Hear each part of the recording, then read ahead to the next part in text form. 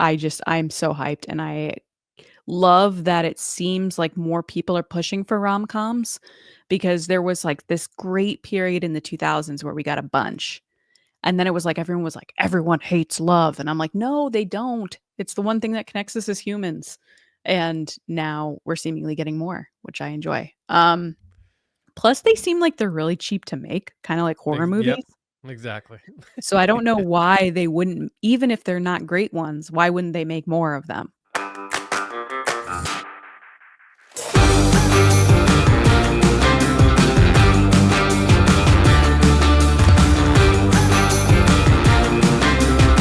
Ted Lasso is coming back. Season 4 on the way. We're going to talk about that and a lot of news, what we're watching, and we'll even check in with some of the latest trailers, including Happy Gilmore 2. Welcome to Nerdy and Nice, everybody. I'm John. That's Lacey, and we're here to get nerdy with you. Set your weeks off right with a laugh, a smile, and getting you caught up on everything that's going on in the world of movies, TV, pop culture, and Lacey Gilleran. Lacey, how are you? I'm good. It's been a big week for romance movies, so I'm pretty hyped.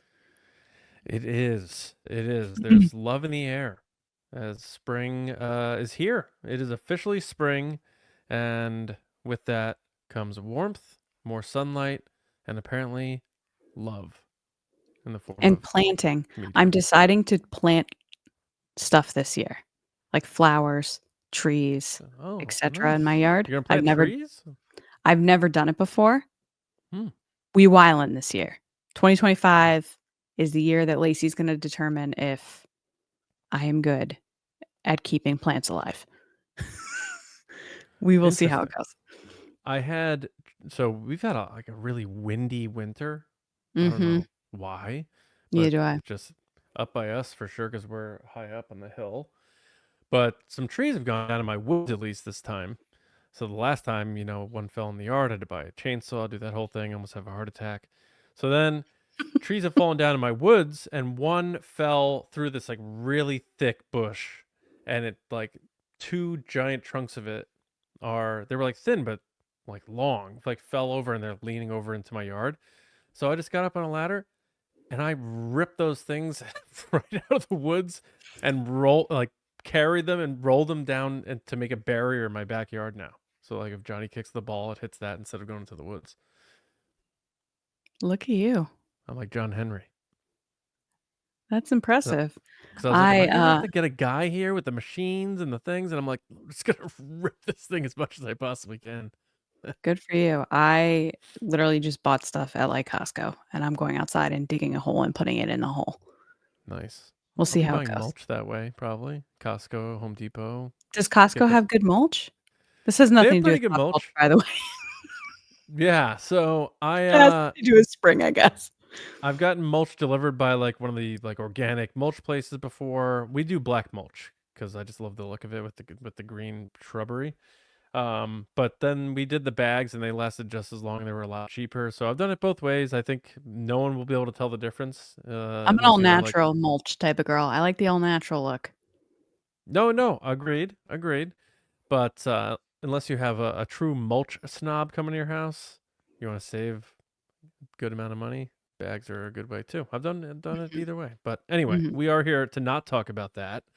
We're here to get Are we a into. mulch podcast? We're getting. Hey, if mulch people want to get nerdy, they can get nerdy with us. We'll get nerdy about mulch. We just did. Sure. We just We got a did. little nerdy about mulch for 3 We minutes. did. A little bit. All right, into what's going on with movies. A quick little thing from Josh Horowitz with his Happy, Sad, Confused podcast. He interviewed Sadie Sink of Stranger Things fame. We talked about her last week on the podcast where we lean toward she's going to be playing Jean Grey, and Josh Horowitz is finger on the pulse as always.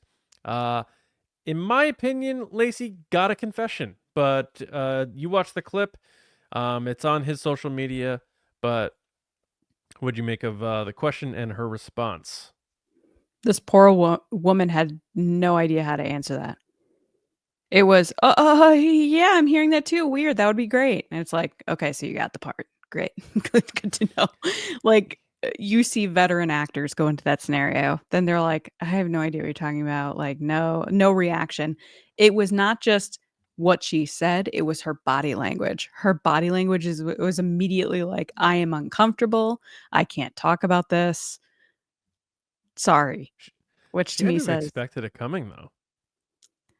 I don't think she was prepped enough by her publicist. It was awkward She to needs to have watch. lunch with Daisy Ridley is what she needs to do.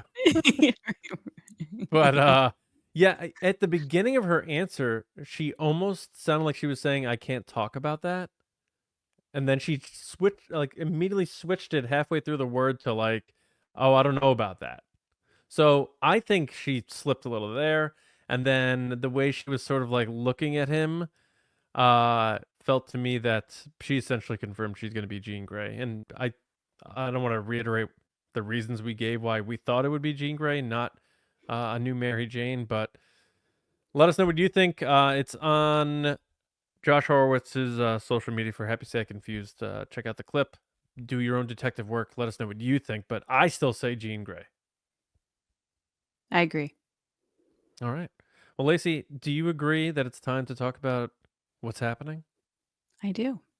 Human sacrifice, dogs and cats living together, mass hysteria. Enough, I get the point. Lots of big stories this week. I think in the sense of a lot of interviews where people gave stuff away. Speaking of what we just talked about with Sadie Sink. So, first up, Ted Lasso is coming back for season 4. Jason Sudeikis reveals that they're writing it now and more details have been confirmed. So, I am going to admit, I'm so sorry to Ted Lasso fans. I have not seen the last season. So I got spoiled a little bit by reading this article. However, um, he has been talking about it and it's going to in the season coming up will be him and his son Henry. So they're looking for a Henry currently, which will be around 12 years old. And then seemingly it will revolve around the new women's team that they ended with in the last season, which was launched by Rebecca and also Keeley. They launched this new women's league, and that was going to be the story going into this next season is that he would be the coach for that. Um, I know people really love this show. I really liked it. I don't know. I got lost along the way, I think, in season 2. I got to try to get back into it and stick with it because I really enjoyed the characters, but I wasn't really a big fan of the Jamie, Brett Goldstein, Keeley storyline. I thought Mm-hmm. that they kind of messed that up. So I think that's where I kind of lost attention. But regardless, it is a really like season 1 is perfect. It was so nice to watch. It's a fun watch.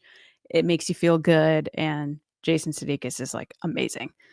John, are you pumped for a season 4? Do you like where it's going? Do you wish they kind of stayed with the same kind of team? Are you hoping everybody comes back?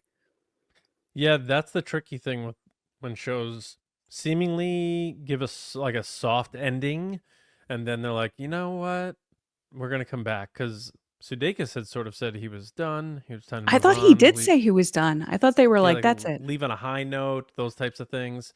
So it gets tricky because then, how heavily is Bill Lawrence going to be involved? Because he's the creator, showrunner, along with Sudeikis. Like, you need to make sure you get most of the writing team back, and also most of the main cast, or it feels like staying at a party too long, and you all of a sudden look around, and like the people who host are like, when is this guy gonna leave?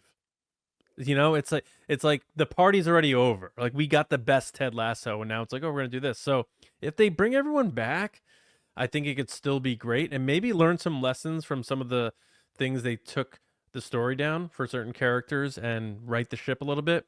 Because I think this show's at its best when it's simple, and I don't mean simple as in it's not creative storytelling. I mean simple as everything centers around Ted and his hopefulness and his earnestness and all that. And things got Optimism. dark.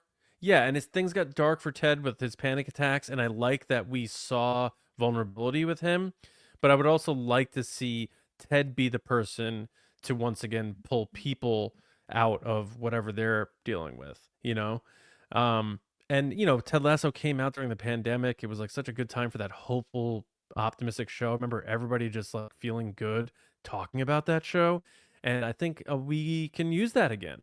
So I am excited for that reason. I am getting situated with Apple because all these things we talk about, it seems like Apple's like half of them. So I They're in it gotta, now with Severance and everything. Yeah. yeah. So I am excited about it, and I just hope to learn more that Brett Goldstein's back and he's doing writing, and um, I forget his name, but the guy who plays Coach. I hope he has to be there because without him, it's Coach not a Beard. show. Yeah. Coach Beard. Mhm. So as long as the main players are back and Bill Lawrence is involved in a significant way, I think they have a good shot of probably being better than season 3. I think it could be good. I have to get through season 3 to get there. Obviously, I have some time. But yeah, my concern is, are they running out of story to tell? Are they doing it just to make money? Is it Right. not gonna feel genuine? And you brought up Bill Lawrence. I believe, if I'm remembering correctly, he's currently doing that sitcom type style show with Steve Carell about his daughter being at a college campus. Yes. Isn't he And he's doing that? And then also, is he also doing the Scrubs thing too? I think he might be doing that. He might be producing the Scrubs thing. I don't know how heavily involved he is with it, Oh, but there's yeah, a lot of he's things I definitely was told. involved in the Steve Carell thing, so that's my question of, like, your concern was, like, are the original players still gonna be here, players pun intended, going to be a part of this show, or are we looking to a whole new set of creative team, which, even if you have Jason involved, won't be the same vibe or voice. Oftentimes, you see that in series, like, as they get into the later seasons, it feels completely different because the writers have moved on, or the director or producer aren't the same, or, you know, it just feels different. So, we'll see how it goes, but And he's doing Shrinking still, which is, as far as I know, also it's Apple. not ending. So yeah. Mm, mm. We'll see how it goes. I just wanna make a really random tangent right here. I have a bunch of these news stories up when we talk through them just so I can pull details from them, and I have to tell you, entertainment websites need to knock off the ads. It is absolutely ridiculous, the ads now. They're full It, page ads. It's mm, so ridiculous. Like, I get the ones that are halfway through the article, I get the ones on the side. They have full page ones now. It's so annoying. it's that, and it's also the third to fourth paragraph rule where, Oh and my when I god. when I was interviewing for certain positions, I was like told, "Oh, you're aware, like this is what we do and stuff." And basically, what it is they fill up the first 2 or 3 paragraphs with fluff. Then you have to skip over an ad, which makes the ad more expensive because the juice is after the ad. Then they tell you Yes. what the real story is. So I'm constantly clicking on articles and immediately scrolling because I know Ted Lasso was a show that launched in 2020, and Jason Sudeikis is in it, and you know who else is in it? Blah, blah. And it's like, okay, and it's about soccer. The funny thing about soccer is, and then it's like L'Oreal for all your blah blah blah.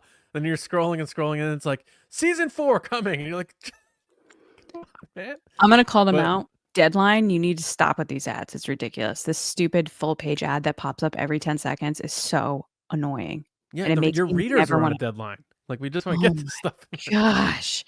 Anyway, I am very excited about this next story, but I needed to get that off my chest because it was really, really annoying me. So Daisy Ridley, Alden Ehrenreich, this is I would say this is the biggest story of the week for me, for many a people, because this was For so me, unexpected. I didn't wanna make that choice for you, but I'm glad that you're on the same page.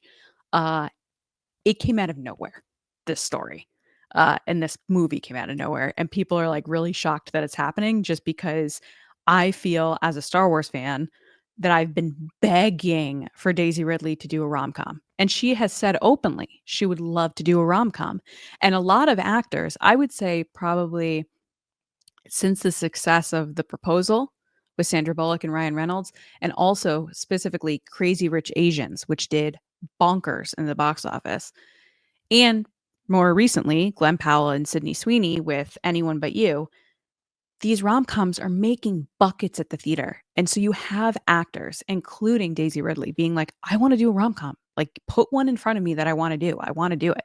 Because there's people that want to watch movies like this, like you and I, John. So this past week, it was announced that Daisy Ridley and Alden Ehrenreich are making a rom-com set in the Philippines called The Last Resort. The script is from Karen McCullough, who wrote Legally Blonde and 10 Things I Hate About You. And it follows Brooke, who's played by Ridley, who's determined to prove herself worthy of running her father's hotel empire. She travels to the Philippines to scout a new resort location and meets Ben, Alden Ehrenreich, a charming pilot who helps her discover the beauty of the country and a newfound sense of freedom.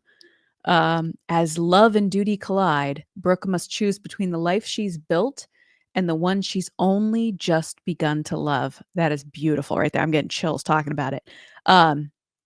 It's also being directed by the person that did Miss Congeniality and How to Lose a Guy in 10 Days. Like every movie I've ever liked. So, yeah, this is absolutely wild that they're going to be shooting this in April in Singapore. Ehrenreich is currently shooting in Switzerland for something else, and then he is making his way to shoot this with Daisy Ridley. So, first of all, we're going to get to see them make out, which is like hype in itself. But, John, how pumped are you for this rom-com? What are your thoughts? You know, there are some rom-coms where they don't kiss, though, right?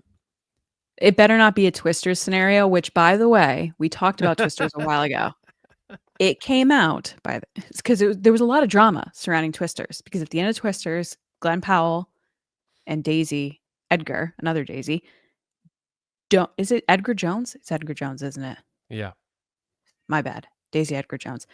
They don't kiss. There is a take that they did where they kiss, which leaked online. Someone was in the airport at the time that they shot it, but it never made it on in the movie. And there was a lot of blame going around, and I fell for this, to Steven Spielberg, who they said not to have them kiss.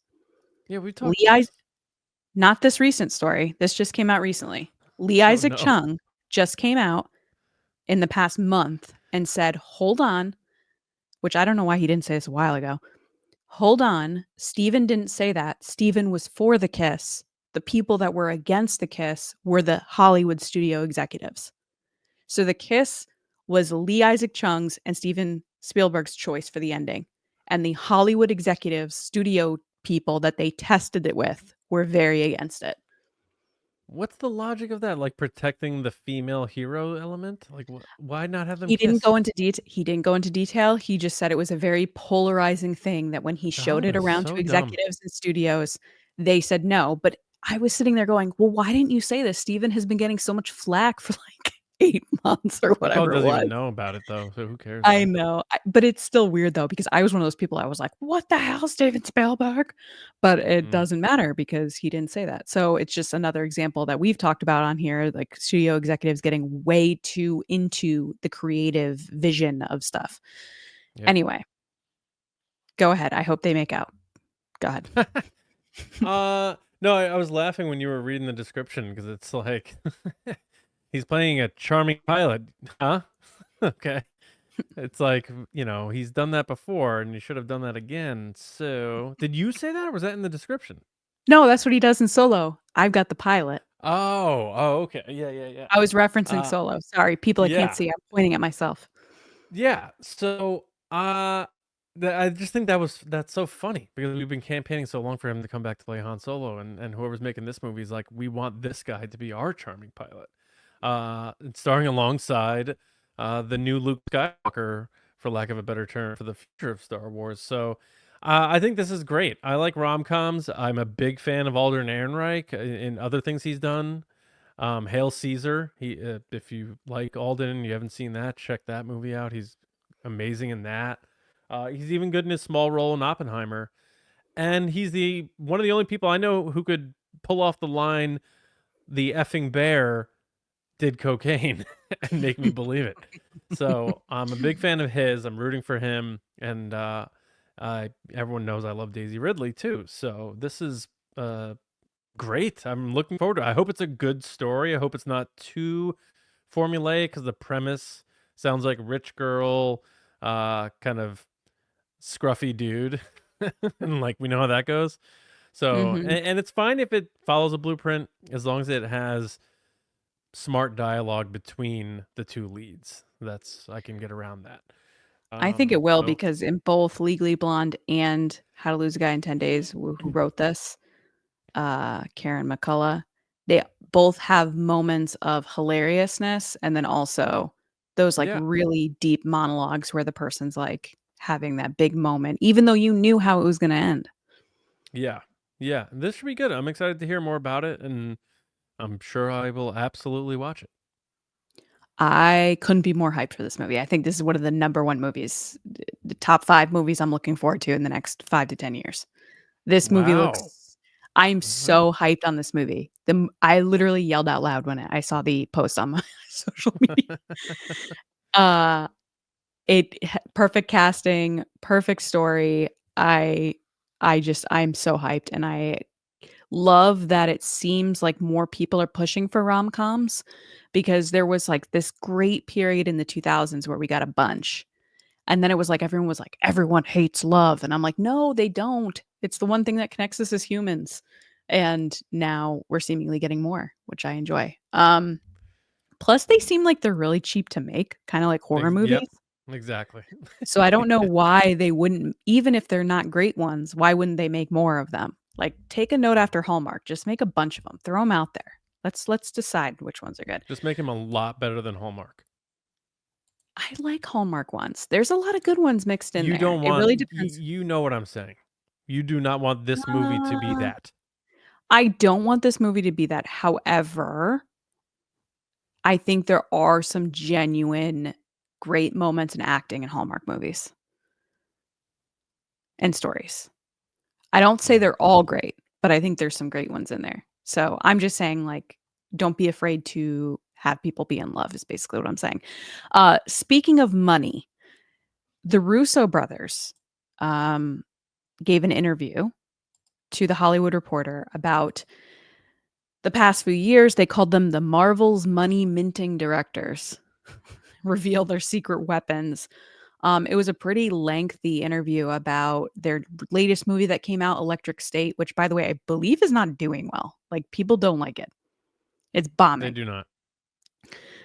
They've been bombing a lot lately outside of Marvel. It's like they had a couple good ones, and then I don't understand how these movies are costing this much money. I'm going to be honest. I think they said Electric State cost what, $300 million, and it is Yep. not doing well at all. It's not making Millie Bobby Brown look any good, tell you that, or Chris Pratt. But Chris Pratt seems to do everything. Like anytime they throw a movie at Chris Pratt, he says yes. He's just okay, sure. But they gave a lot of insight into where they came from.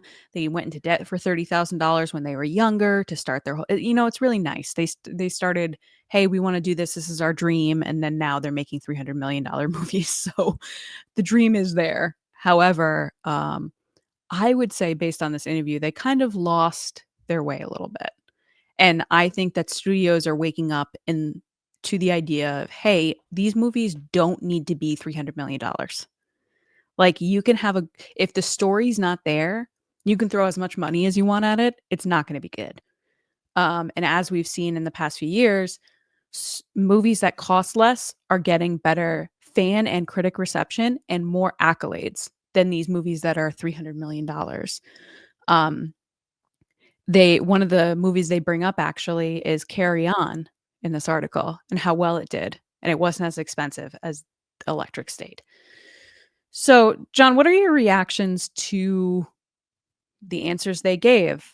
I would say one of the ones that stuck out to me is they talked about how they think their movies are going to go in the future, or do they think that anything is going to go differently with the theatrical landscape? And they said that, look, we can't control the environment. We can't control what happens. We can't control if people show up. We can just make a good story, and that's how it is.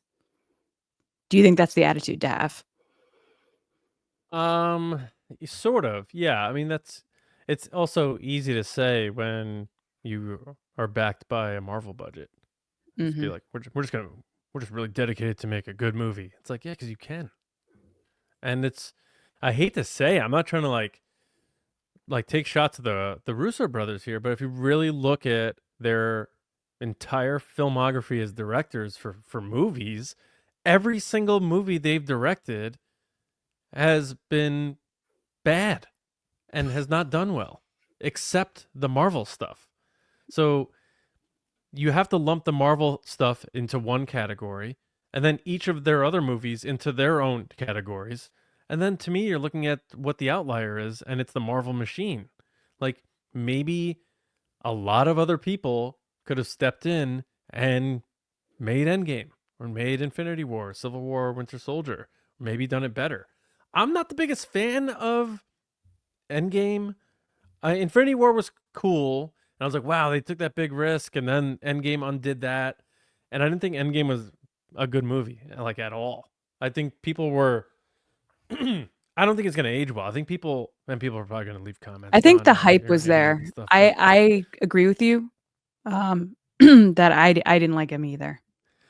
Yeah, I think it's like everyone was so wrapped up in the big moments in the theater, and it's like, oh, Captain America's got the hammer and all this stuff. Avengers Assemble, and they landed the plane incredibly well. I'm not saying they didn't. And the Tony Stark, I am Iron Man moment, like those are all huge, epic moments that will play on montages forever. One of the biggest movies of all time. Not taking that away, but in terms of like its impact on the like generational like passing down of stories, I don't see Endgame the way that I, as like a biased Star Wars fan, see like the Star Wars movies. Like those are generational things. I think this is a moment in time, and the more years tick away from Endgame, the less I see that as that good of a movie, and I don't really see people talk about it all that much.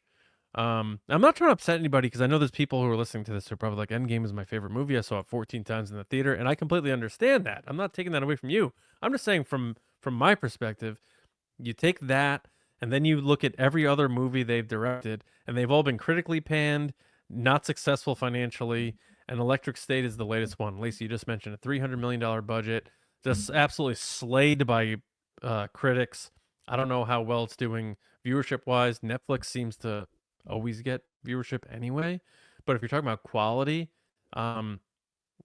trouble here with the Russo Brothers. I don't want them anywhere Everything near I've Star seen Wars. online, yeah, everything I I've want them- seen online has been that the Electric State is an absolute like trash debacle.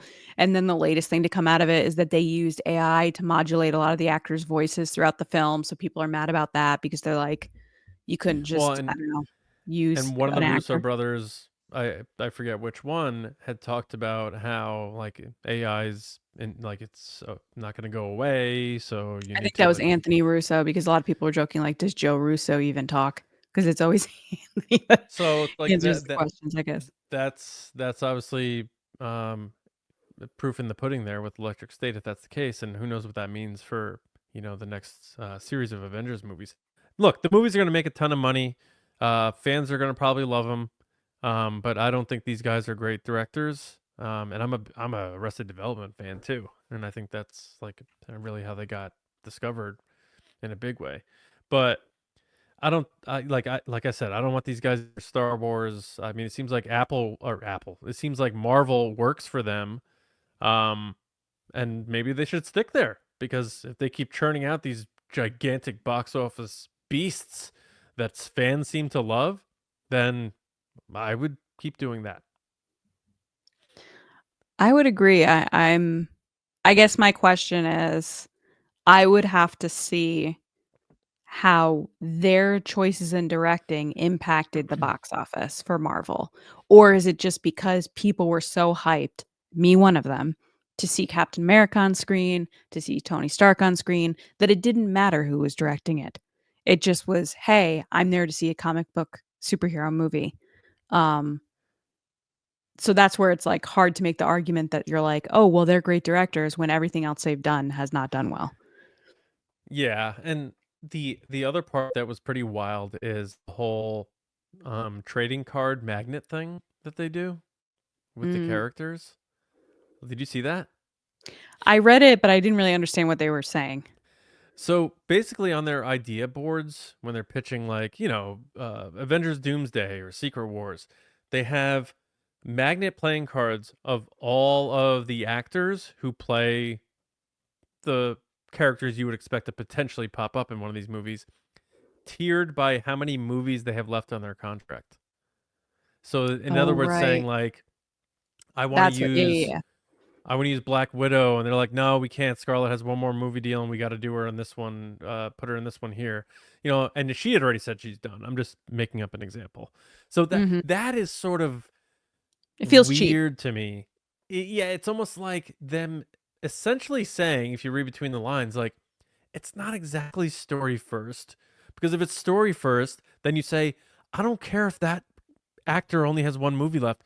We need him in this movie to tell this. Like, draw up another contract then. Like, Which it would explain seems why like these people didn't show up in Deadpool.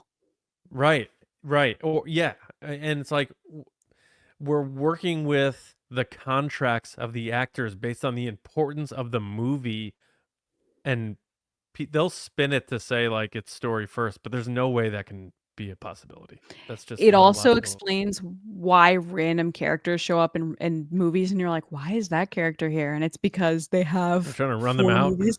Yeah. Well, let's get Paul Rudd out of Um, here.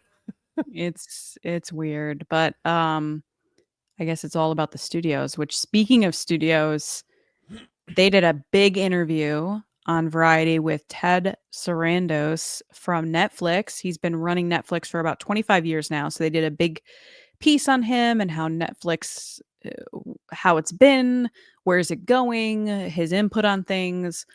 He gave a little insight into Stranger Things final season about how he said it won't be a dry eye. There won't be a dry eye. Basically, get ready to cry, which I love how people are saying that now. Yeah. He gives some insight about his work with Marvel, speaking of Marvel, and how he felt that they were making TV shows to make money, not for a story.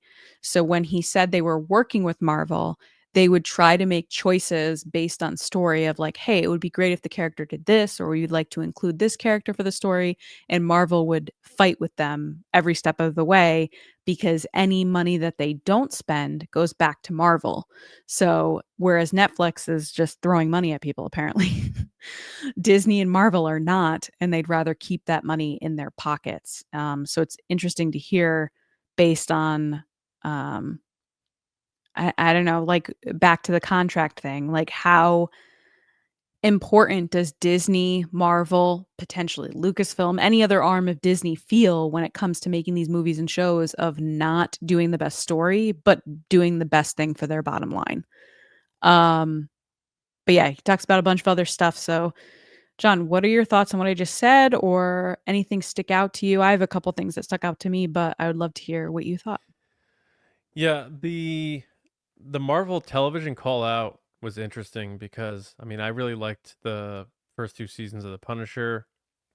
But then you start wondering like, was there such a back and forth tug of war on budget? Like what could they have done if they were able to, free themselves from the pressure of Marvel to, keep everything tight because they didn't believe in that IP or whatever. Like Punisher never really had big box office returns with their movies, so the fact that Punisher's coming back, I'm interested to see what that's going to be like because I think John Bernthal has higher star power now. He probably has an arm as a producer now in there, so he's going to get to do what he wants to do. So I like that. But I think this is an honest take and an honest article or interview, I should say, from somebody who knows he has all the chips right now. Like Netflix is king. He can say what he wants because no one's going to be like, well, I'm not going to work with Netflix because he said, you know, Marvel, like Marvel TV, Marvel's not going to work with Netflix ever again because he just told an honest truth about something from a TV show 5 years ago. So all in all, a solid article, but my biggest takeaway is always going to be the stuff I like. And I immediately thought of Punisher and Frank Castle and like, man, I wonder what it would have kept going after season 2.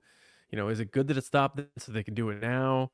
And then all the Daredevil stuff that comes with that because I plan on starting watching Daredevil to get caught up with that because Punisher arrives in that. So that's my stuff. The Stranger Things, I don't know. I don't know what to expect from it because until I see something, I'm just not even gonna like I can't get my mind into Stranger Things mode because I feel like it's never gonna arrive. I It's don't know. been so long. When It's did they been say it's so coming out? long. This Is it this year. year? So Like he in like says that this later? year, so that was kind of a PR answer that he gave. I mean, all of this is, but that was definitely a PR answer. They asked him like, "Hey, what are you looking forward to this year? Stranger Things." He dropped Stranger Things is coming out, Squid Game season 3 and Wednesday, Squid Game, yeah. which are the 3 big franchises that they're really pushing this year. So that's coming out this year. It's not surprising. I did in I don't know if enjoy is the right word, but I was positive when I was reading this, the way he spoke about creators and working with storytellers and just letting them do their thing, compared to what we just kind of heard with those baseball card magnet things. The thing that stood out to me was the Greta pieces, Greta Gerwig about Narnia, because it's been very much painted in press all over the internet, really, that she got the Narnia job after Barbie. However, he says we gave Greta a world building job on Narnia before she had built the world with Barbie. Her script was fantastic and we have a great relationship, which to me is kind of changing the dynamic a little bit because a lot of people, myself included, were reading these articles that she got Narnia after Barbie. He's like, no, no, no. She was here way before Barbie. It just is a Yeah. bonus now that she did that. And he's talking about the IMAX thing, which we talked about a couple weeks ago about how IMAX came forward and was like, yeah, we'll never do this again. But his response was, look, she wanted a 2-week run for Narnia. Let's do it. We want to do it. Yeah. It creates boxes, checks all the boxes. This is what he said, quote, checks all the boxes for award qualifications and creates a bit of an event. We're happy to do it. So it sounds like Netflix was really the one that was like, no, you're doing this. And IMAX was like, what? Netflix is becoming just a major studio at this point. Like, They're and that's throwing their why weight around is what basically this article felt like to me is he's like, look, we'll do whatever we want. We don't yes, care. in a weird way, like, yes, Netflix destroyed video stores. And as a former video store employee of an independent video store, I'm always going to be a little salty about that because I think that experience of going to a video store is a very cool one that my kids will never really get to experience. That aside, it does now feel like Netflix is almost like the rebel in the room. Like when people say like good billionaires versus bad billionaires, it's almost like Netflix is the one who is the only one really ringing the like truly ringing the bell of like I want to give people their creative control to make their things. And Whereas we stick by those people when they make those choices. right. Whereas we're hearing left and right about just the big brother over the shoulder and the studio heads making creative decisions and just all the stuff that George Lucas talked about for years about what made movie studios bad was when businessmen took over filmmakers. And Netflix, yeah, giant business, it's a juggernaut, it's the #1 streaming platform, but they are definitely making the big studios that are in the inner circles of Hollywood nervous because you can tell that there's an outsider feel whenever Netflix is mentioned at the award shows. Like it's like, Mhm. do they belong here? Should Netflix be here and stuff? And then He Scorsese does a mentions movie that with about how them, and nobody votes for them. Yeah. yeah, but then Scorsese does a movie with them, and then it's like, oh well, Scorsese was never a Hollywood guy, and then Ryan Johnson does a Knives Out, and like you're getting these like filmmakers who are really starting to collaborate now. Adam Sandler, who we're going to talk about in a little bit, signed that mega deal with them. Netflix has the money to throw around, and they don't have distrust for the people they bring in. So I can't hate on that. I love watching a lot of the stuff they come out with. I know it's cool to sometimes hate on Netflix for some reason, but I think he comes out of this looking pretty good. He really does. And I don't know. I have this want to be like, ugh, studio executive. Just because of what we dealt with I think Warner Brothers, especially, where we're like, this person doesn't care. Um, Zaslav, yeah. Ted seems to have a different bit of an attitude. I appreciate, even if I don't necessarily agree with every single thing he says, that, like I said before, he sticks by his people. They brought up Amelia Perez and all the drama surrounding that. And they were like, would you work with that person again? He's like, yes, absolutely. And then they bring up the Dave Chappelle stuff. He's like, we love Dave Chappelle anytime. And censoring a comedian doesn't feel right. It's his choice, etc. And then the Adam Sandler bit, which you just brought up, he was saying that he's always loved his movies, Pixels had just come out and it didn't do well in the US. However, it did huge internationally. So he went to him and said, look, your movies aren't doing great. Come to us. We'll make your movies. We'll do it. And he said that he used to never get stopped, Adam Sandler, in Europe because people don't really know him there. He says now he goes everywhere and he gets stopped everywhere because Netflix has opened up that audience for him. Yeah. Similarly, on the Standing by Their People line, Meghan Markle's new show had come out, which I have meaning to want to check out because it's been getting a lot of buzz online, both positive and negative, about the way she handles things and how she presents herself, et cetera, et cetera. She just has so much drama around her, no matter what she does. And interestingly enough, it seems like Netflix is a passive partner in Meghan's company to produce physical edible flowers and bake mixes. Which I didn't think Netflix would ever tap into, but he was like, yeah, whatever, we're passive. We're seeing how it goes. It's a test. But even then, people like to talk trash about her online, and he sticks by her and says, look, no matter what she does, the shoes she wears, they sell out in 2 seconds. She had a blanket behind her in one of the shots. People figured out what the blanket was. It sold out. So he's like, whether you like her or not, she sells. And I think that compared to other streaming services, which he touches on with Apple, he touches on with HBO, why he's like, I don't know why they would take away HBO. Like I idolized HBO and now they don't even call themselves that. He takes little moments here and there that you're like, ah, yes, I agree with you. Or the Apple TV one where he's like, I don't even know why they're in this business. It just feels like he's like, I have nothing to lose, so to speak. Like, I'm just doing everything there is to do. I'm basing on what our people want to see. I have so many different varied genres. He talks about how Netflix has, if you like documentaries, they have documentaries. If you like comedy, they have comedy. And they really have, I mean, WWE now. yeah, at times diversified what kinds of content they have on there. And they know what you want to watch. They've built profiles on the people that are Netflix subscribers. And that's what's letting them win. Because they're going, more people want this, so we're going to make more of this. Just cool it on the price hikes, right? I know, it's a little ridiculous. And, but and go back to sharing. Remember when you guys tweeted sharing is caring? Can we do that again? Yeah. Disney's been very aggressive with the password sharing lately. Disney Plus is in trouble. Yeah, well, that's a conversation for another time. There is a little bit in here that I'm surprised you didn't bring up, John, which he talks about working with Christopher Nolan. Because one of the things you had just said was the people that have come out against streaming, Steven Spielberg, Christopher Nolan said he'd never work with the stream. It's always going to be theaters for him. He's all about theaters, movie theaters. And Spielberg did Carry On, the movie we both liked last year. That was an Amblin production, which ended up on Netflix. One of the best movies of the year, biggest movies for Netflix. And now Christopher Nolan, he's not doing anything for Netflix yet, but supposedly talks to Ted all the time. He says, we have a very good friendship, and I totally respect his desire to make movies for theaters and his lack of interest in making them direct to streaming. And I look forward to going to see them. So my response to that is, he's just waiting for that in. He's waiting for it. He's probably going to argue, hey, we'll let you put them into, like Knives Out. We'll let you put it in a theater. Greta, we'll let you put it in a theater. They're waiting to find the right move with Christopher Nolan, I think.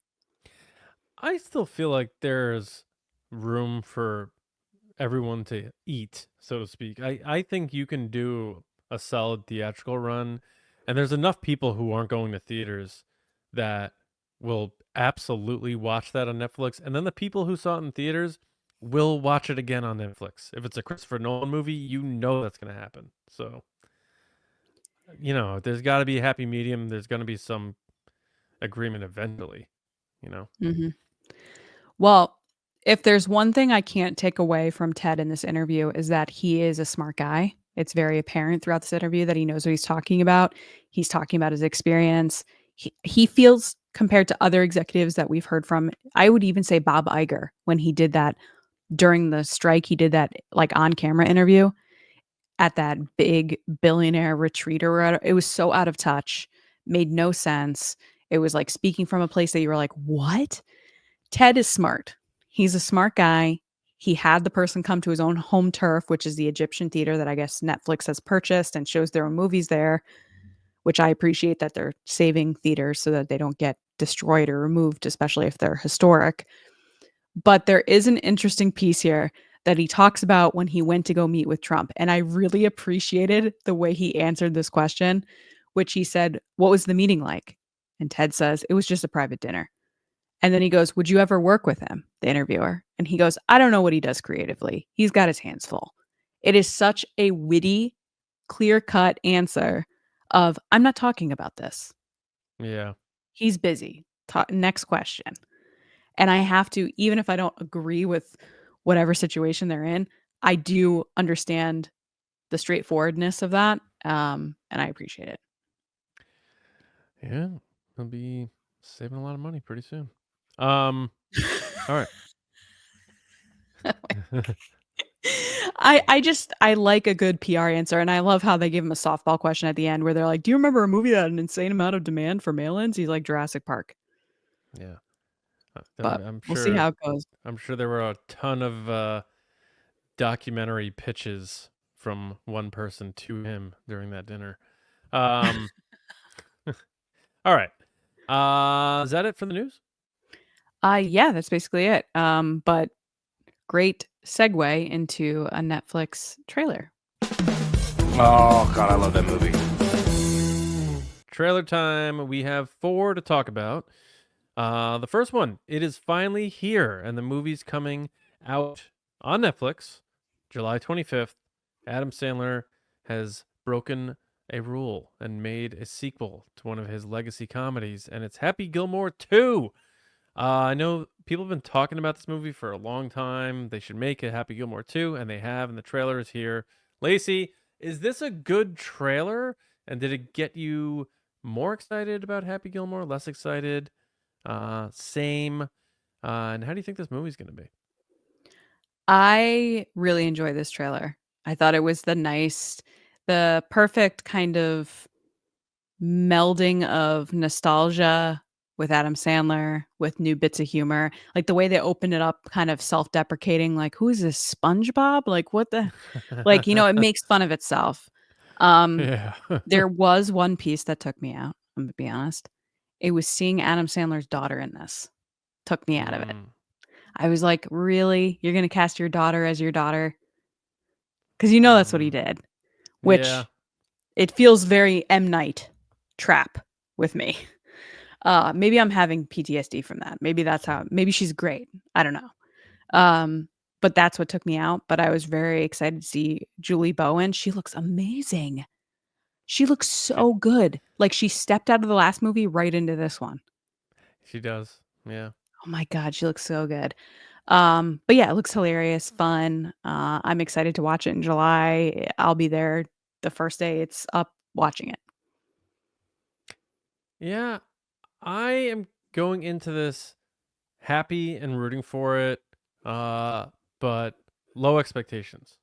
Like I'm going in expecting Anchorman 2 or I was gonna Dumb and ask on Dumber a 2. spectrum of like murder mystery to Herbie's Halloween or Hubby or whatever that's called.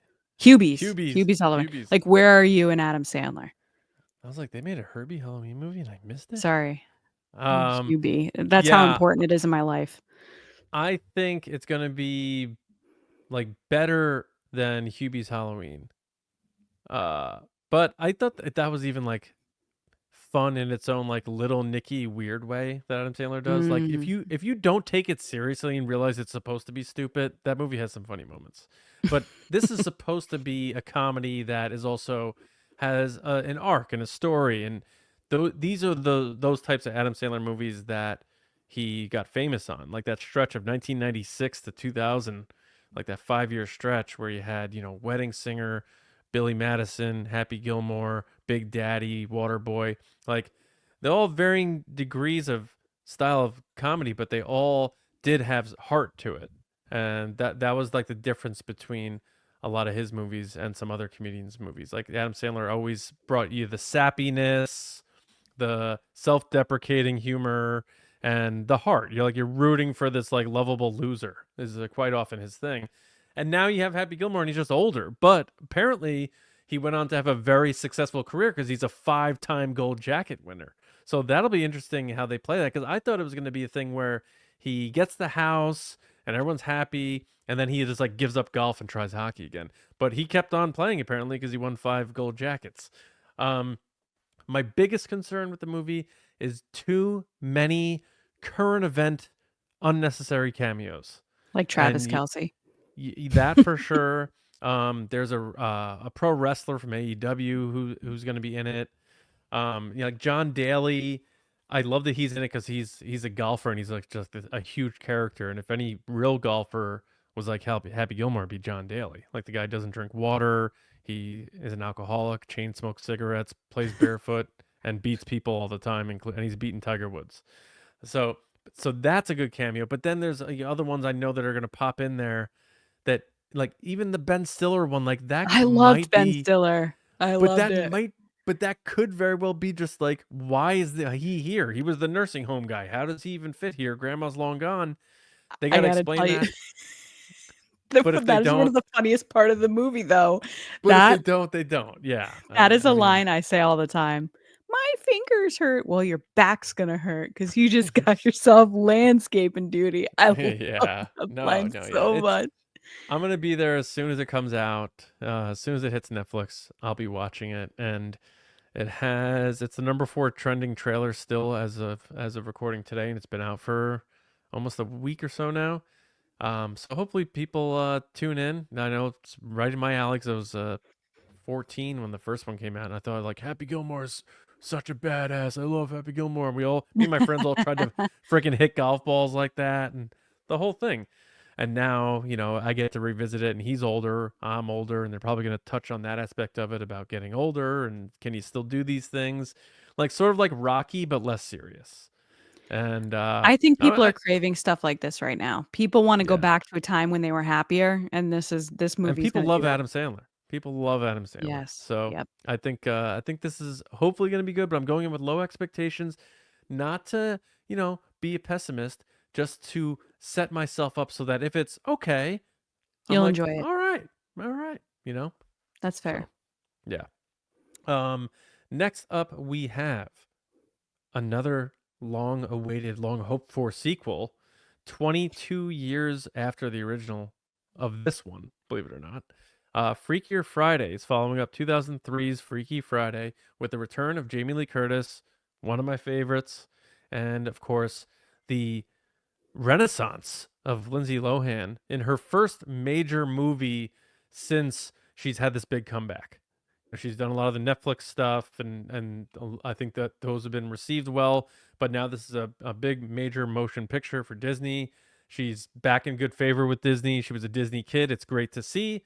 Lacey, is this a good trailer?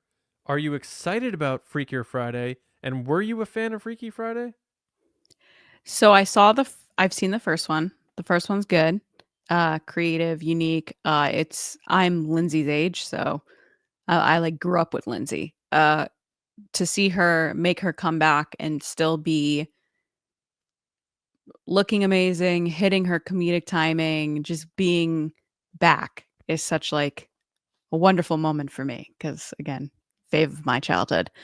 That being said, this doesn't look good. This looks like a Disney Plus movie that they were like, let's throw it into the theater. And that makes me sad to say because I did like the first one and I'm rooting for Lindsay so hard. Jamie Lee Curtis is fine. She's won awards. She's fine. She'll be okay. She did the Halloween ones that weren't good. She's fine. And I'm saying like later Halloween, not the original Halloween. I'm talking the later ones that they just did. They were bad. Yeah. I'm really rooting for Lindsay. And I know Manny Jacinto's in this. He plays the love interest of Lindsay Lohan, and Chad Michael Murray makes his comeback too. I'm rooting for all of them, and I want this movie to be good. But to me, the way this trailer was cut is they found the 4 good lines, and then they ran a montage. I'm hoping for the best. I think this is what you just said about Happy Gilmore. That's what I'm doing with this one. I'm going in with subpar expectations so that I leave going, wow, that was actually really good. I really enjoyed it because I want it to be good for Lindsay, like really bad. I would honestly, I don't know if this is a movie that people really wanted a sequel to. I wasn't one of those people that wanted a sequel. I would prefer a Parent Trap sequel Mm, of yeah. some sort. Now that's hard to do given who's in the movie, the original, but I really wanted a Parent Trap sequel of some sort. But Mm. what do you think? How are you feeling about it? Uh, uh, yeah, yeah, like I said, I love Jamie Lee Curtis and I'm happy for Lindsay Lohan. One, this is a bad trailer.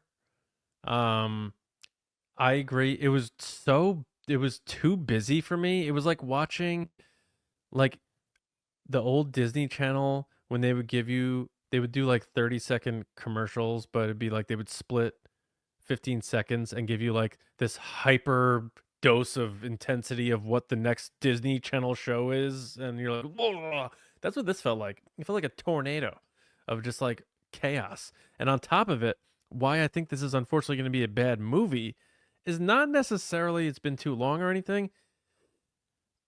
The switching of other people now.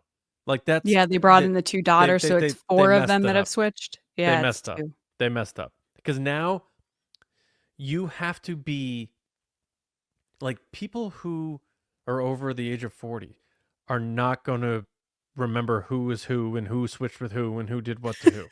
So you're Like saying this, you. yes, me and everyone else. You're hanging on. This is like your last chance. I know, this is it. It's just, I was like, what? You got too cute with it. All you had to do was switch those two again. And just this time they like some other people know it, maybe to like add to like the cover up.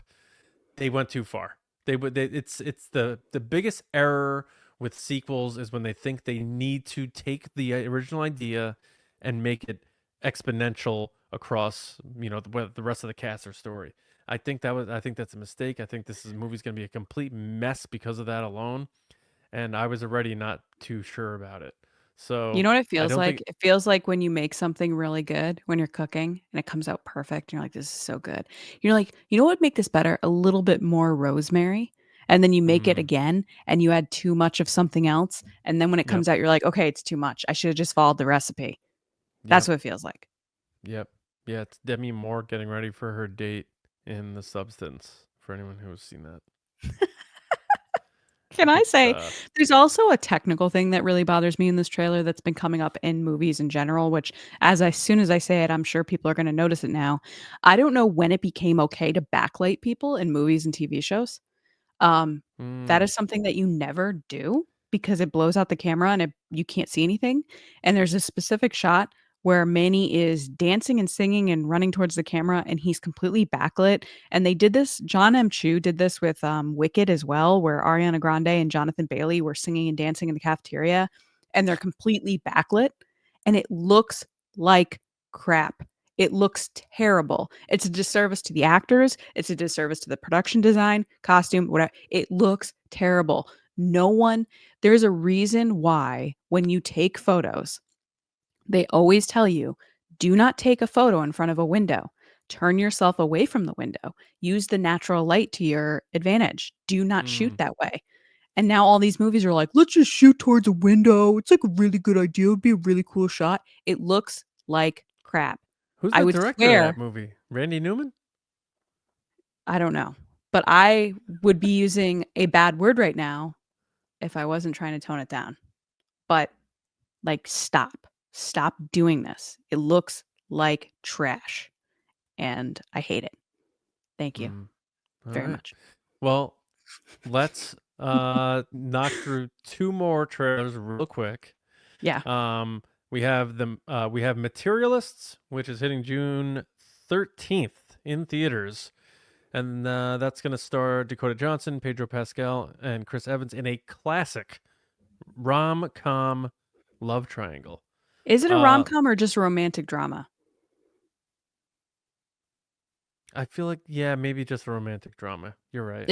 The com didn't come through for me in the trailer. Now I might be wrong. I didn't get the com. Yeah, it could be more like her mom's movie Working Girl. I've never seen Working Girl. Oh, you'd love it. Harrison Ford, one of his amazing performance. You Okay. have to see it. You have to All see right. Working Girl. Okay. Okay. Okay. So she plays an up and coming career woman, and she gets sort of lost in a bit of a love Swept up. triangle herself while Mm. her career is ascending. This reminds me of that, and it's ironic that it's her daughter, big city, two guys, two different ends of the aisle. We know how this movie's gonna go, Nope. and that's I fine. refuse. I refuse to accept how it's going to go. You know how it's gonna go. I refuse. I'm going to fight it until it comes out. She Just better pick Pedro. watch the first hour and leave. She better pick Pedro. This isn't even a joke.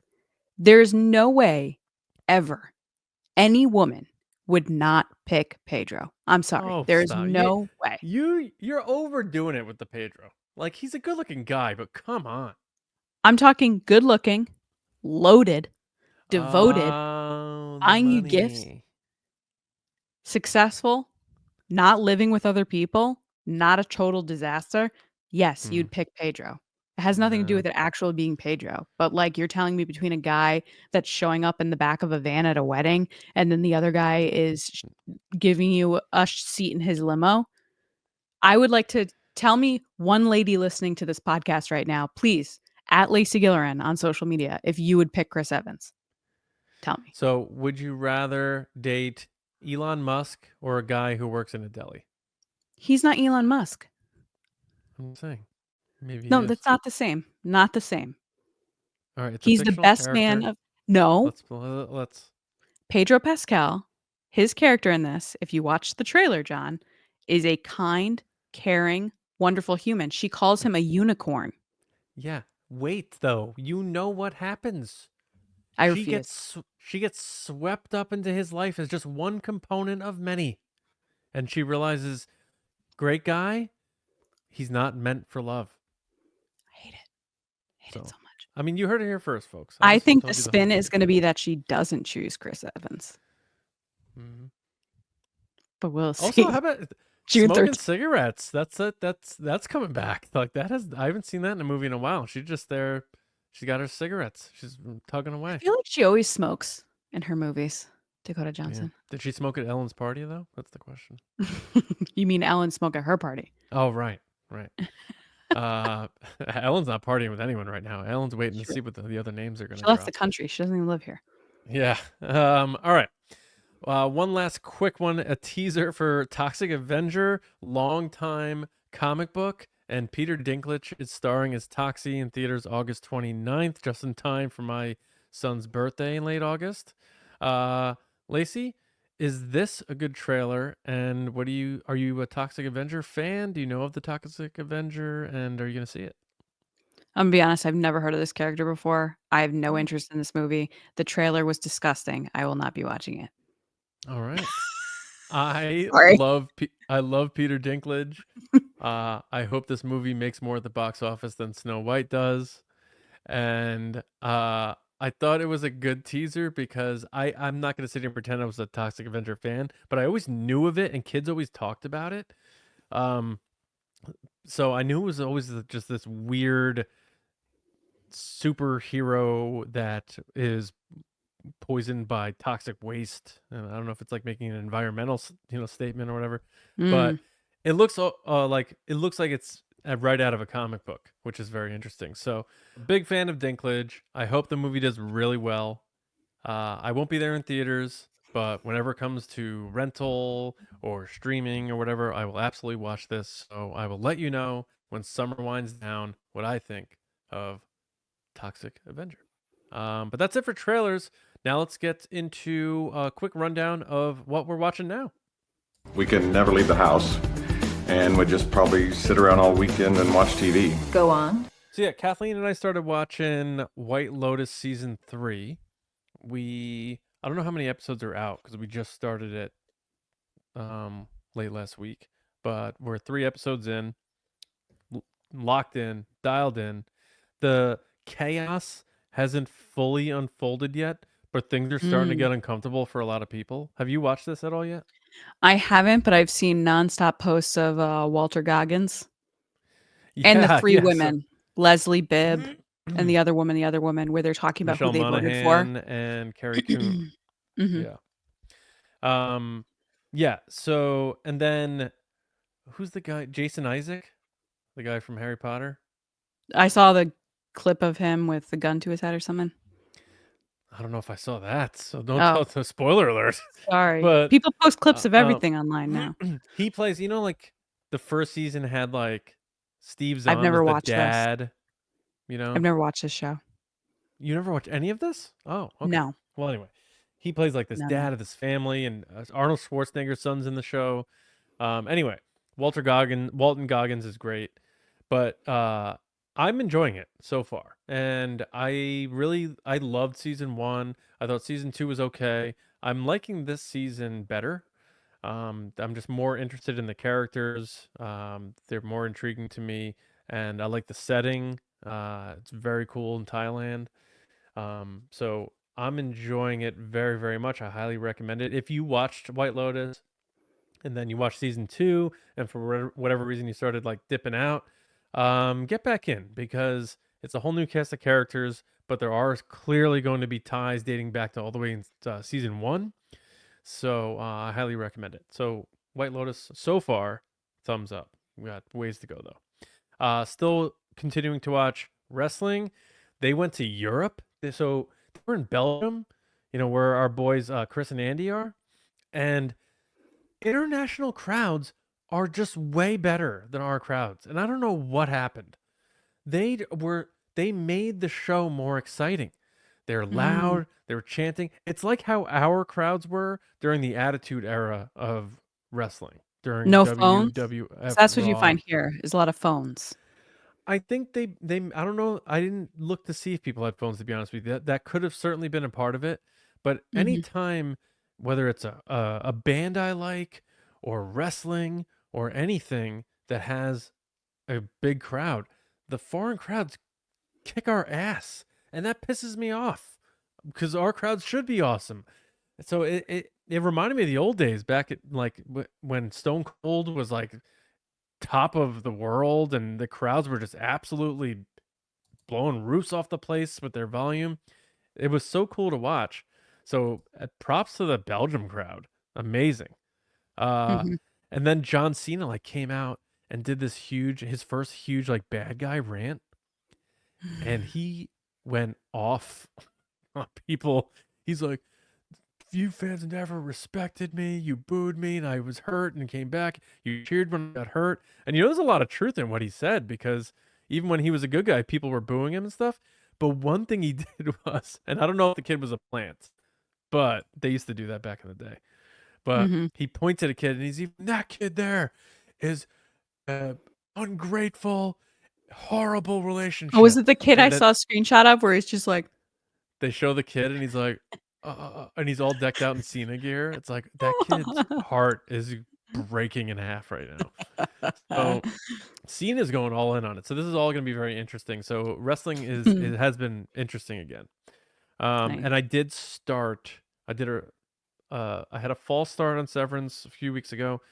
Got back into it, put my phone away. I'm 2 episodes in, solid 2 episodes. I see where we're headed, and season I'm 1 or vested. season 2? Season 1. So it's Okay. a fresh, All right. All right. Young spring chicken over there. Yeah, so I have a lot of catching up to do. I will say this though. Just the way the world is right now, I appreciate shows like this, but I'm kind of getting all set with the dystopian stuff. I need This is like corporate structure. Yeah. Yeah, this is soul draining, soul sucking, sell your soul, like dark Corporate structure. dystopian Yes. stuff. Yeah. So with that said, it is a very good show, so I'm gonna keep watching it, but I got to get some more hopeful stuff going on. The season finale of season 2 was this past weekend. No, What? don't say it. Don't say anything. I haven't seen it yet. It's not out. But don't say anything about anything. Okay. Well, the season 2 episode season finale is coming out this weekend. I have not watched yet as of recording, so we'll talk about it maybe once John is caught up. But it's 170 minutes, I believe they said, or something like that. 75 minutes. 75 minutes. Sorry. 75 minutes long. It's supposedly people are saying it's the best TV they've ever watched, so I'm really looking forward to watching it. How wait, how far along are you in the I'm up to your the season finale of season 2. Oh. So does it We blew through it. Like once we were hooked in, we're in.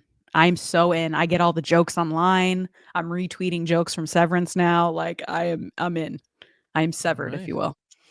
And Ben Stiller was actually just on New Heights podcast with the Kelsey brothers, and they had asked him about season 3, and he said that they're working on season 3. It hasn't been greenlit yet, but fans will not have to wait 3 years for the next season, because season 1 came out, then they waited 3 years, and then season 2. Brutal. I do appreciate that from what I've read online, from interviews with Ben Stiller and everybody else involved, is that they got a bigger production budget for season 2 from season 1, and you could tell by the way the story is done, but they spent it instead of on, cast cameos or visual effects or CG or something like that. They did more location shoots, which is nice. So that's something that I've enjoyed in the All right. second season compared to season 1. That being said, if you don't like dystopian feeling bad about stuff that's going on in the world, I've been watching Adolescence, which is a TV series on Netflix. It's a 4-episode miniseries, British crime drama from writers Jack Thorne and Stephen Graham. Stephen Graham stars in it. It's gotten 24.3 million views in the first 4 days that Wow. it's been on Netflix. Yeah. And it is incredibly well done. It is one solid shot, the whole episode. So the camera it never cuts. So they go from one car, then the camera will walk across the yard and then pick up at the next person. It will go right upstairs, right downstairs, into the car, into the office. Like it never leaves. And it's so kind of unnerving and intimate and very kind of real, but not. It's oh my gosh, it's so hard to watch. And the performances throughout the whole series, which it stars actually as one of the police officers, is Vel from Andor. Oh, She's okay. one of the police officers.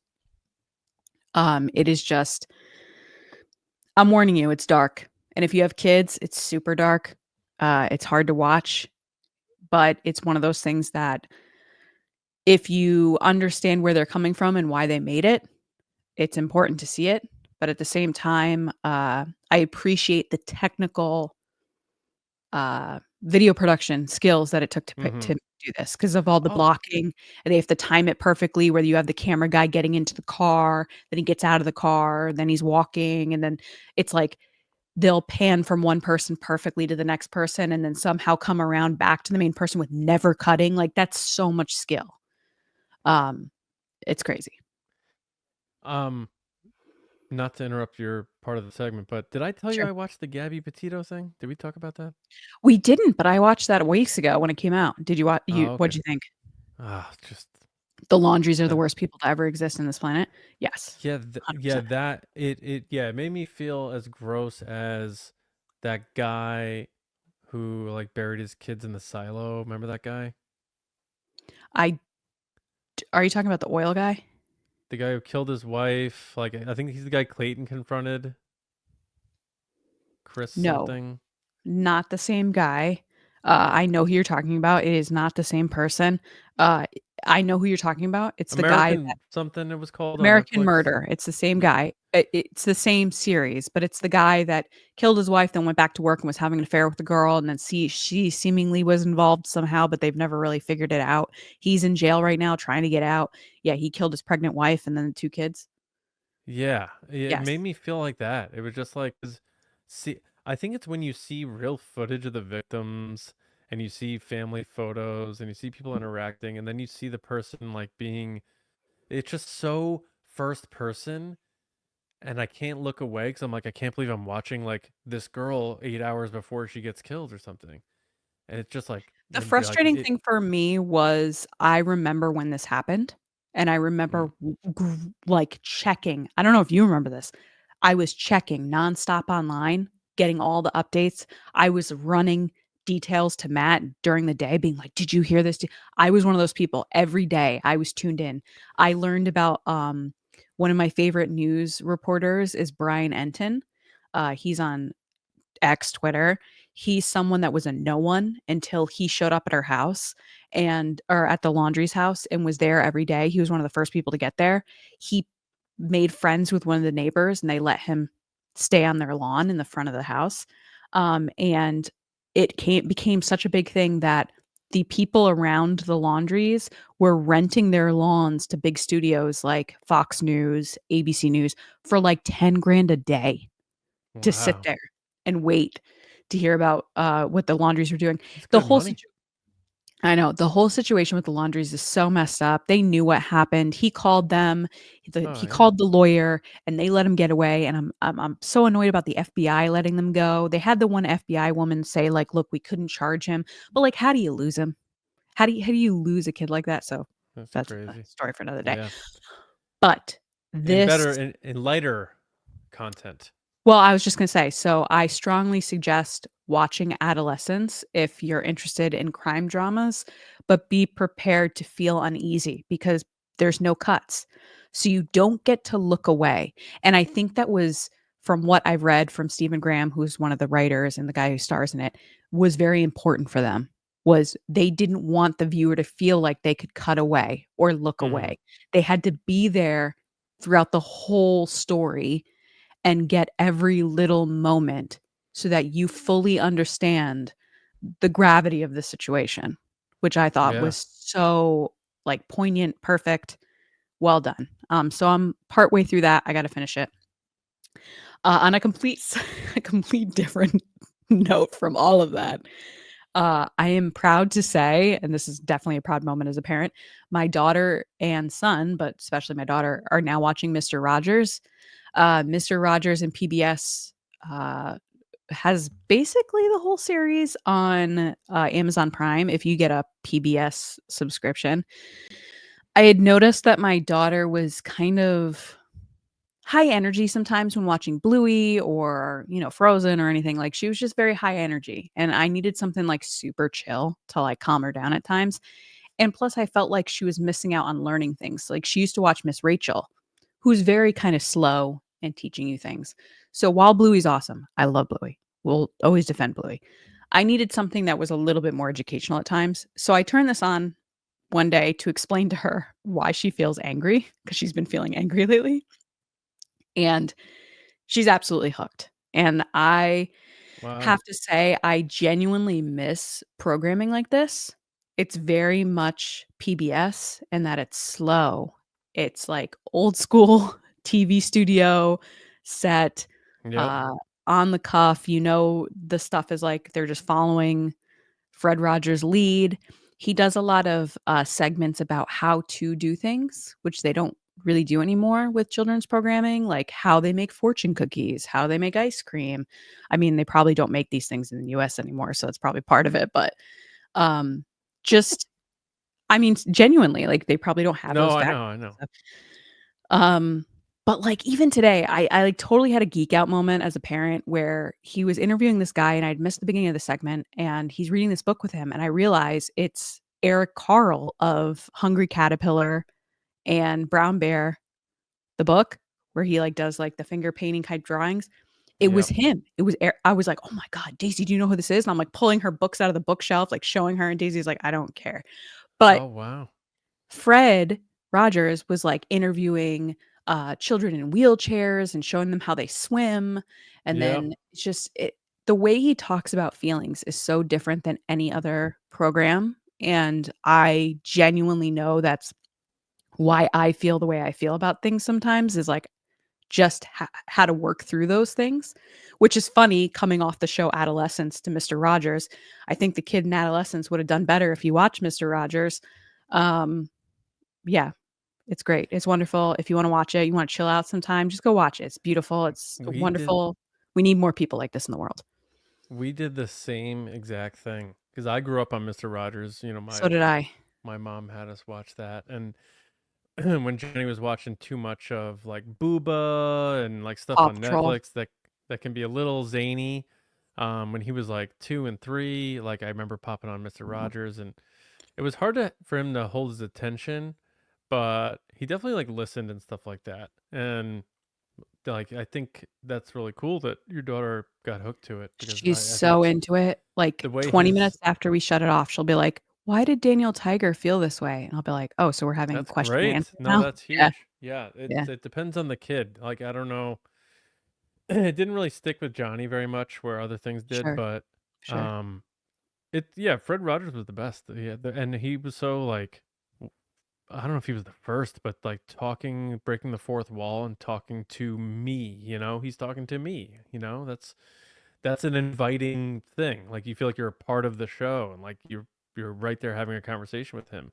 He was so good at that. And yeah, Mr. Rogers was the man. Like if Yeah, I anything bad did. ever came out of a Mr. Rogers, I would people say they give up on humanity. I would give up on humanity. I 100% agree with you. One of the big things that I remember about Mr. Rogers was he was always prepared to teach children what they needed to know in tough situations. And I remember they had said he had recorded a video for children when he passed away. So when he passed away, a video would come up on his website explaining the situation, like him talking to them about it. Um, but yeah, I did back in talking like years and years ago. Back in my master's program, I did a big kind of project on how Sesame Street was ruining kids' attention span just because of the way it was structured, um, going from thing to thing very quickly. And that's not to say that it's not great. My kids love Sesame Street, but it was the inability to sit for long periods of time and listen. And one of the things Fred Rogers did actively was talk out about how that programming was not helping children. It wasn't helping them with attention span. It wasn't helping them Yeah. to learn anything. So he was very adamant on being slow. And look, the first episode I watched with her, I sat there for about 10 minutes. It is slow. And I remember feeling Yeah. anxious sitting there. I was like, why is this? There's no edits. There's no, like, it's just this. And I remember being like, this is what she must feel, my daughter, all the time, because like this is so slow. And then after like the second or third episode, it was really enjoyable. So if you ever need to chill out, just put on some Fred Rogers because you I definitely do, will. yeah, that and Johnny, I've told you before, like instead of like putting something crazy on, like I'll put on Bob Ross for him to fall asleep to. And he'll You had watch told Bob me Ross that. paint as he falls Yes. asleep. I It's should do amazing. that with Daisy. I She use loves that. painting. She loves painting. So I Maybe I'll should watch do that. Bob Ross on the plane to Japan. That's how I'll fall asleep. Maybe you should. It's just All so right. charming, and the whole, like, thing at the beginning with the little toy model and the trolley that he operates himself underneath his, like, down below himself. It's just so cute, and he does all the voices of the animals and the puppets and stuff, Yeah. which is funny to me because 'cause I'm like, "This is clearly Mr. Rogers being like, 'Oh, ha.'" But, He's it the just best. makes me long for good people and kindness in the world, Hmm. and I'm hoping that we get more of that I hear soon. you. All right. That takes us to the end of the show. A big one, a big nerdy and nice for you on this Yeah, Monday. yeah. Happy spring. Our first episode of the spring. Why not make it a long one? So thank you everybody for listening and watching and getting nerdy with us. We appreciate it. Star Wars fans, make sure you're listening to or watching the Resistance broadcast or other podcast. We'll be back with you on Thursday with another new episode of TRB, of course. And make sure you're following both podcasts on your audio apps. They're on separate feeds, Nerdy and Nice, Resistance Broadcast, and both on the YouTube channel. Thank you to our patrons at patreon.com/TRB podcasts. We do exclusive content for both the Resistance Broadcast and Nerdy and Nice over there. We did our first watch along to Labyrinth.